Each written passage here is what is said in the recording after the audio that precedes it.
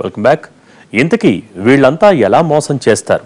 ప్రభుత్వ బ్యాంకులు, ఇతర ప్రభుత్వ రంగ సంస్థలు దశాబ్దాలుగా సంపాదించలేని నమ్మకాన్ని కేవలం కొన్ని నెలల్లోనే వీళ్ళు ఎలా సంపాదిస్తారు? అసలు వీళ్లను ప్రజలు అంత వేగంగా ఎలా నమ్ముతారు? మల్టీ లెవెల్ మార్కెటింగ్ అన్న మాట ఎక్కడా వినిపించకుండా, మోసం అన్నది ఎక్కడా కనిపించకుండా ఎలా జాగ్రత్త పడతారు? ఈ ఆర్థిక నేరానికి అండగా ఉండేదెవరు? అగ్రిగోల్డ్ వేల కోట్లు మింగేసిందంటే నివ్వెరపోతాం. కానీ ఓ పాల వ్యాపారి జస్ట్ 10 ఏళ్లలో వేల కోట్లు ఇదే రూట్లో నొక్కేశాడంటే మీరు నమ్మగలరా? కానీ ఇది నిజం, మన దేశంలోనే జరిగిన నిజం. 1983లో నిర్మల్ సింగ్ భంగు అనే పాల వ్యాపారి పర్ల్ అగ్రోటెక్ కార్పొరేషన్ లిమిటెడ్ అనే చిన్న సంస్థను స్థాపించాడు. తమ సంస్థలో పెట్టుబడి పెడితే 6 ఏళ్లలో రెట్టింపు ఇస్తానని, అందుకు హామీగా భూమిని రాసిస్తానన్నాడు. దీంతో జనం ఎగబడి పర్ల్స్ ఆగ్రోలో డబ్బులు పెట్టారు. మొత్తంగా తమ కస్టమర్లకు ప్లాట్లు కేటాయించినా వారికవి రిజిస్టర్ చేయలేదు. 2000లో దేశవ్యాప్తంగా కార్యకలాపాలు విస్తరించిన పర్ల్స్ ఆగ్రో 33 లక్షల మంది ఏజెంట్లతో 6 కోట్ల మంది నుంచి డిపాజిట్లు సేకరించింది. ఎక్కడి వరకు ఎందుకు, ఒక్క ఏపీ నుంచే 10,000 కోట్ల డిపాజిట్లు సేకరించింది. 2010లో పర్ల్స్ ఆగ్రో చేస్తున్న మనీ కలెక్షన్ నిబంధనలకు విరుద్ధమంటూ సెబీ ఈ సంస్థపై నిషేధం జారీ చేస్తే 2 నెలల్లో రాజస్థాన్ హైకోర్టును మేనేజ్ చేసుకుని ఈ నిషేధంపై క్వాష్ పిటిషన్ వేసి బయటపడ్డ ఈ సంస్థ ఇప్పటికీ తన కార్యకలాపాలు కొనసాగిస్తూనే ఉంది. అంతేకాదు, మధ్యలో పర్ల్స్ గోల్డెన్ ఫారెస్ట్ లిమిటెడ్ పేరుతో మరో సంస్థను స్థాపించి వేల కోట్లు నొక్కేస్తోంది. ప్రస్తుతం ఈ సంస్థ మొత్తంగా 49,000 కోట్ల జనం సొమ్ము మింగేసినట్లు సెబీ చెప్పుకొస్తోంది. కానీ వాస్తవంగా చూస్తే 1,00,000 కోట్లకు పైగానే జనానికి కుచ్చుటోపీ పెట్టినట్లు తెలుస్తోంది.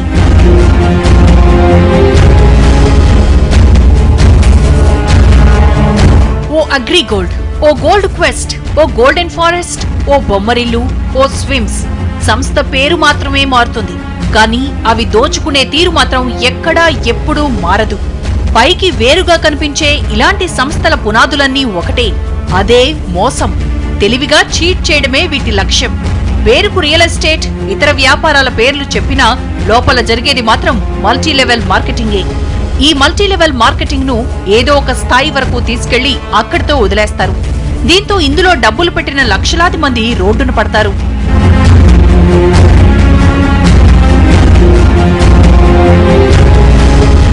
రోజుకో 10 రూపాయలు లేదా నెలకు 500, ఏడాదికి 10,000 పెట్టండి, ఓ అద్భుతమైన ఇంటి స్థలం మీ సొంతం చేసుకోండి. ఈ ప్రకటనకు పడని సామాన్యుడెవరైనా ఉంటాడా?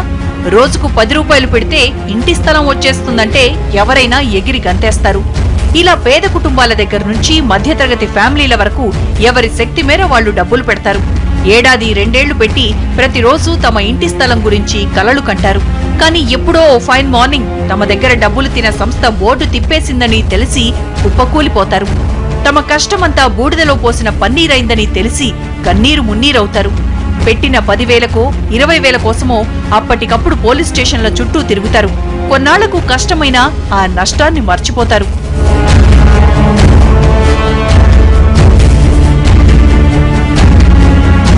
ఈ నిర్లిప్తతే అక్రమార్కులకు వరంగా మారుతోంది.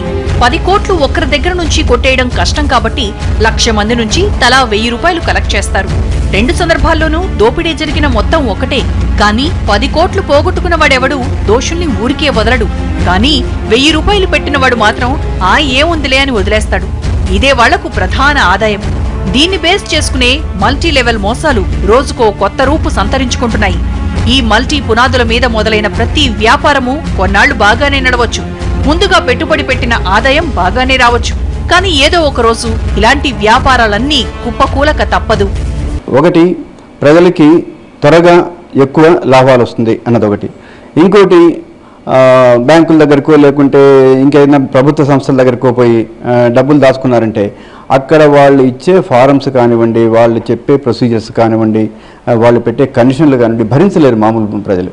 అదే వీళ్ళ లాంటి వాళ్ళు, అగ్రిగోల్డ్ లాంటి వాళ్ళు కానివ్వండి, సహార్ లాంటి వాళ్ళని ఇంటికి వస్తారు. Almost door delivery, home service లాగా ఇంటికి వస్తారు. చక్కగా ఒకటి సంతకాలు తీసుకుంటారు.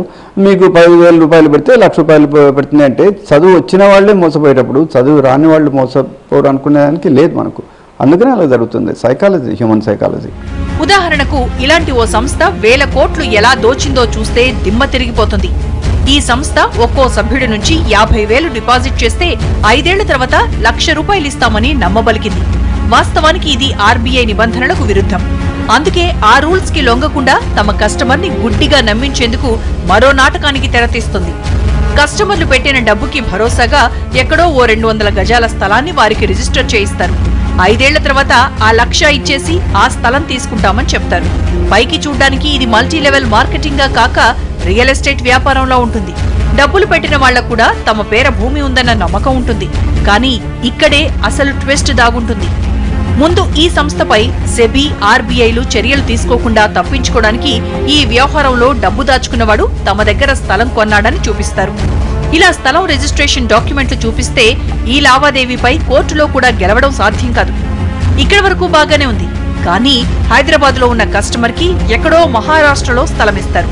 విజయవాడ కస్టమర్లకు రాజస్థాన్ జైసల్మీర్ ఎడారి పక్కన భూమిస్తారు.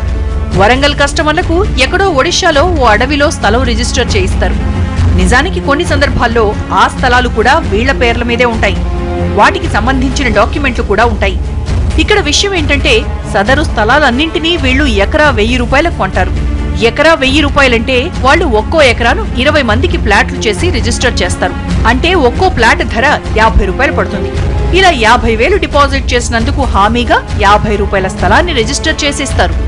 డబ్బులు వసూలు చేయటం ఇల్లీగల్ గా నేరం కాబట్టి టెక్నికల్గా గవర్నమెంట్ ఆఫీసర్సు, సెబీ, ఆర్బీఐ వీళ్ళ పర్మిషన్ల నుంచి పక్కకు పోవటం కోసం చెప్పేసి వాళ్ళకి ఇచ్చే ఎక్నాలజ్మెంట్ లోపల ఇది ఓన్లీ ల్యాండ్ కోసం ఇచ్చాము అది ఇది అని చెప్తారు. ఎవరైనా కానీ గ్యారంటీ కింద ఇచ్చారు అన్నప్పుడు మనం అందరం ఏం చేస్తామంటే ఆ ల్యాండ్కు సంబంధించిన డాక్యుమెంట్స్ అని చూస్తాం. అయితే ఇక్కడ ఉద్దేశం ఏంటంటే డబ్బులు తీసుకోవటమే కాబట్టి ల్యాండ్ షూరిటీలు లేవు కాబట్టి దాని గురించి జనాలు పట్టించుకోరు.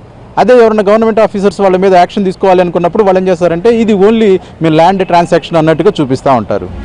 ఇంకో విషయం ఏంటంటే ఇదే స్థలాన్ని అన్ని రాష్ట్రాల వారికి రిజిస్టర్ చేస్తారు. ఒక స్థలాన్ని వేర్వేరు రాష్ట్రాల్లో రిజిస్టర్ చేసినా అది ఆ రాష్ట్ర రెవెన్యూ రికార్డుల్లో దొరకదు. అందుకే ఇలా మాయ చేస్తారు. ఒకవేళ 5 ఏళ్లు గడిచాక మొదటి కస్టమర్ తనకు స్థలం వద్దని 1,00,000 కావాలని అడిగితే వెంటనే ఇచ్చేస్తారు. ఈ డబ్బు ఎక్కడితో తెలుసా? మరో 2 నుంచి 50,000 చొప్పున వసూలు చేసిన సొమ్మే. అంటే వాళ్లకు మరో 5 ఏళ్ల సమయం దొరికిందన్నమాట. ఇక్కడ అసలు విషయం ఏంటంటే ముందుగా తీసుకున్న 50,000ను దివాళా కోరు వ్యాపారాల్లో పెడతారు, లేదంటే సొంతానికి వాడుకుంటారు. మొదట్లో ఈ లెక్కంతా బాగానే ఉన్నా ఈ చైన్ ఏదో ఒక రోజు తెగిపోతుంది. సంస్థ బోర్డు తిప్పేస్తుంది. అప్పుడు ఇలా 50,000 ఇచ్చిన వాళ్లంతా నట్టేట మునిగినట్లే. కానీ అప్పటికే లక్షలాది మంది నుంచి వేల కోట్లలో వసూళ్లు చేసి సంస్థ యజమాని ఎగిరిపోతాడు. పోనీ సదరు స్థలాన్నైనా దక్కించుకుందామంటే దానికి అప్పటికే 40-50 మందికి రిజిస్టర్ చేయించుంటారు. ఒకవేళ కోర్టుల్ని ఆశ్రయించినా ఆ భూమి ధర ఏ 200లో ఉందని తేలుతుంది. అయితే జనరల్గా వీళ్ళందరూ కూడా ల్యాండ్కి సంబంధించి మేము తీసుకుంటున్నాం అని చెప్పి కంపెనీలు వాళ్ళందరూ చెప్తారు. కానీ దానికి సంబంధించి ల్యాండ్కి సంబంధించి మనకు స్పెసిఫిక్గా ఒక యాక్ట్ అనేది లేనందువలన వీళ్ళందరూ ఏంటంటే మేము రియల్ ఎస్టేట్ చేస్తున్నాం అని చెప్పి చెప్తారు. ప్లస్ ఆ ల్యాండ్ ఎక్కడుంది అనేది ఎక్కడ కూడా ఉండదు. ఎక్కడో వేరే రాష్ట్రంలోనో దేశంలో ఏదో ఒక మారుమూల ప్రాంతంలో ఉన్నట్టుగా వాళ్ళ రికార్డులో ఉంటుంది, కానీ నిజంగా వీళ్ళకైతే ఉండదు. ఈ కలెక్షన్ లో మరో విధానం కూడా ఉంది. 50,000 ఒకేసారి కట్టలేని వాళ్ల దగ్గర రోజుకు 50 వారానికి 500 ఏడాదికి 10,000 వసూలు చేస్తారు. ఇలా చాలా మంది రోజుకు 50 కదా అని మొదట ఉత్సాహంగా స్కీమ్ లో జాయిన్ అయిపోతారు. కానీ కొన్నాళ్లకు ఆర్థిక ఇబ్బందుల వల్ల కట్టడం మానేస్తారు. కానీ ఒకసారి కట్టడం మానేస్తే ముందు కట్టిన డబ్బు వారికి రాదు. అంటే ఆ డబ్బు సదరు కంపెనీ లెక్కలో ఉండదు. ఇలాంటి డబ్బంతా సదరు సంస్థ యజమానుల జేబుల్లోకి వెళ్తుంది. ఇలా కస్టమర్లు కట్టలేక మధ్యలో వదిలేసే డబ్బే వేల కోట్లలో ఉంటుందంటే అతిశయోక్తి కాదు. ఇలా సులువుగా వేల కోట్లు నొక్కేస్తారీ మాయగాళ్లు. స్టోరీ బోర్డులో షార్ట్ బ్రేక్ తీసుకుంటారు.